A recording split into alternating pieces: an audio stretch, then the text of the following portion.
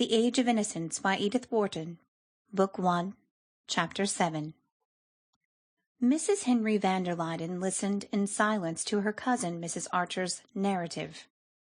It was all very well to tell yourself in advance that Mrs. van der Luyden was always silent, and that though non-committal by nature and training, she was very kind to the people she really liked. Every personal experience of these facts was not always a protection from the chill that descended on one in the high-ceilinged, white-walled Madison Avenue drawing-room, with the pale brocaded armchair so obviously uncovered for the occasion, and the gauze still veiling the ormolu mantled ornaments, and the beautiful old carved frame of Gainsborough Lady Angelica du Lac. Mrs. van der Luyden's portrait by Huntington, in black velvet and Venetian point, faced that of her lovely ancestress. It was generally considered as fine as a cabanel, and though 20 years had elapsed since its execution, was still a perfect likeness.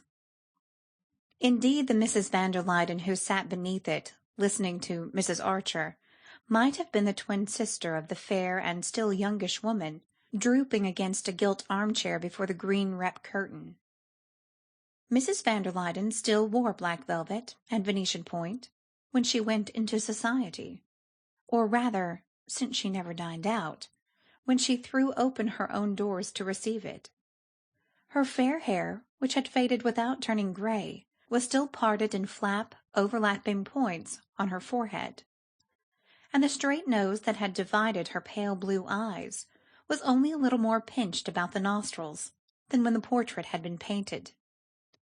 She always indeed struck Newland Archer as having been rather gruesomely preserved in the airless atmosphere of a perfectly irreproachable existence, as bodies caught in glaciers kept for years a rosy life in death.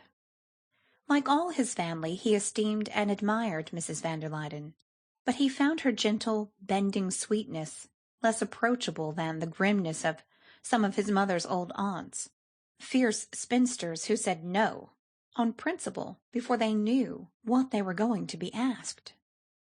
Mrs. van der Luyden's attitude said neither yes nor no, but always appeared to incline to clemency till her thin lips, wavering into the shadow of a smile, made the almost invariable reply, "I shall first have to talk this over with my husband." She and Mr. van der Luyden were so exactly alike that Archer often wondered how, after 40 years of the closest conjugality, two such merged identities ever separated themselves enough for anything as controversial as a talking over. But as neither had ever reached a decision without prefacing it by this mysterious conclave, Mrs. Archer and her son, having set forth their case, waited resignedly for the familiar phrase. Mrs. van der Luyden, however, who had seldom surprised anyone, now surprised them by reaching her long hand toward the bell-rope. "I think," she said, "I should like Henry to hear what you've told me." A footman appeared, to whom she gravely added, "If Mr. van der Luyden has finished reading the newspaper, please ask him to be kind enough to come." She said, "Reading the newspaper," in the tone in which a minister's wife might have said, presiding at a cabinet meeting, not from any arrogance of mind, but because the habit of a lifetime, and the attitude of her friends and relations, had led her to consider Mr. van der Luyden's least gesture as having an almost sacerdotal importance. Her promptness of action showed that she considered the case as pressing as Mrs. Archer, but lest she should be thought to have committed herself in advance, she added with the sweetest look, "Henry always enjoys seeing you, dear Adeline, and he will wish to congratulate Newland." The double doors had solemnly reopened, and between them appeared Mr. Henry van der Luyden, tall, spare, and frock-coated, with faded fair hair, a straight nose like his wife's, and the same look of frozen gentleness in eyes that were merely pale grey instead of pale blue.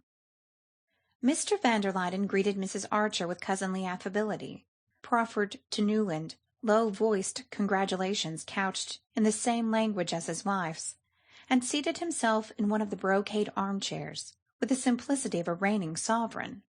I had just finished reading the Times, he said, laying his long fingertips together. In town my mornings are so much occupied that I find it more convenient to read the newspapers after luncheon. Ah, there's a great deal to be said for that plan. Indeed, I think my Uncle Egmont used to say he found it less agitating not to read the morning papers till after dinner, said Mrs. Archer responsively. Yes, my good father abhorred hurry, but now we live in a constant rush, said Mr. van der Luyden in measured tones, looking with pleasant deliberation about the large, shrouded room, which to Archer was so complete an image of its owners. "But I hope you had finished your reading, Henry," his wife interposed. Quite, he reassured her. "Then I should like Adeline to tell you—" Oh, it's really Newland's story, said his mother, smiling, and proceeded to rehearse once more the monstrous tale of the affront inflicted on Mrs. Lovell Mingott. Of course, she ended. Augusta Welland and Mary Mingott both felt that, especially in view of Newland's engagement, you and Henry ought to know. Ah, said Mr. van der Luyden, drawing a deep breath. There was a silence which the tick of the monumental ormolu clock on the white marble mantelpiece grew as loud as the boom of a minute-gun. Archer contemplated with awe the two slender, faded figures, seated side by side in a kind of visceral rigidity, mouthpieces of some remote ancestral authority which fate compelled them to wield, when they would as much rather have lived in simplicity and seclusion, digging invisible weeds out of the perfect lawns of Skuytercliff, and playing patience together in the evenings. Mr. van der Luyden was the first to speak. You really think this is due to some intentional interference of Lawrence Lefferts's? he inquired, turning to Archer. I'm certain of it, sir. Larry has been going it rather harder than usual lately, if Cousin Louisa won't mind my mentioning it, having rather a stiff affair with the postmaster's wife in their village, or someone of that sort, and whenever poor Gertrude Lefferts begins to suspect anything, and he's afraid of trouble, he gets up a fuss of this kind to show how awfully moral he is, and talks at the top of his voice about the impertinence of inviting his wife to meet people he doesn't wish her to know. He's simply using Madame Olenska as a lightning rod. I've seen him try the same thing often before. "The Leffertses," said Mrs. van der Luyden. The Leffertses, echoed Mrs. Archer. What would Uncle Egmont have said of Lawrence Lefferts's pronouncing on anybody's social position? It shows what society has come to.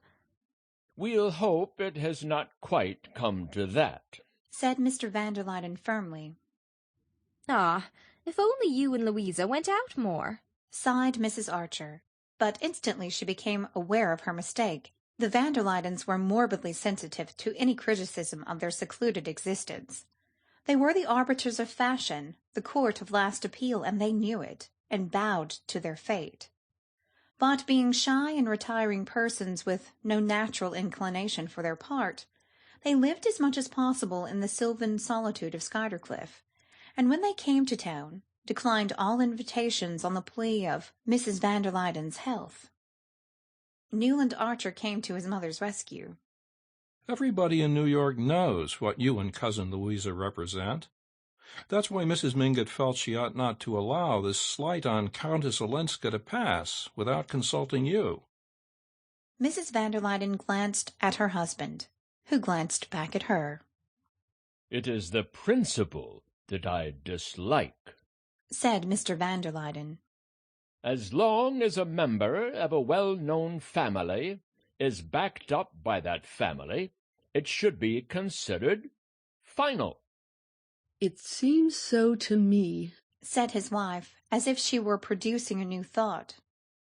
I had no idea, Mr. van der Luyden continued, that things had come to such a pace. He paused, and looked at his wife again. It occurs to me, my dear, that the Countess Olenska is already a sort of relation, through Medora Manson's first husband. At any rate, she will be when Newland marries. He turned toward the young man. Have you read this morning's Times, Newland?" "Why, yes, sir," said Archer, who usually tossed off half a dozen papers with his morning coffee. Husband and wife looked at each other again. Their pale eyes clung together in prolonged and serious consultation. Then a faint smile fluttered over Mrs. van der Luyden's face. She had evidently guessed and approved. Mr. van der Luyden turned to Mrs. Archer. "If Louisa's health allowed her to dine out, I wish you would say to Mrs. Lovell Mingott she and I would have been happy to fill the places of the Lawrence Leffertses at her dinner." He paused to let the irony of this sink in. As you know, this is impossible. Mrs. Archer sounded a sympathetic assent. But Newland tells me he has read this morning's Times. Therefore he has probably seen that Louisa's relative, the Duke of St. Austrey, arrives next week on the Russia. He is coming to enter his new sloop, the Guinevere, in next summer's International Cup race, and also to have a little canvasback shooting at Trevenna. Mr. van der Luyden paused again and continued with increasing benevolence. "Before taking him down to Maryland, we are inviting a few friends to meet him here. Only a little dinner, with a reception afterward. I am sure Louisa will be as glad as I am if Countess Olenska will let us include her among our guests."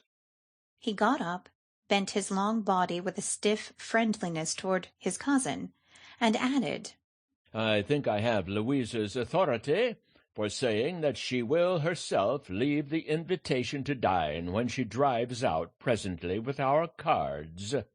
Of course, with our cards." Mrs. Archer, who knew this to be a hint that the 17-hand chestnuts, which were never kept waiting, were at the door, rose with a hurried murmur of thanks. Mrs. van der Luyden beamed at her with the smile of Esther interceding with Ahasuerus, but her husband raised a protesting hand. "There is nothing to thank me for, dear Adeline, nothing whatever. This kind of thing must not happen in New York.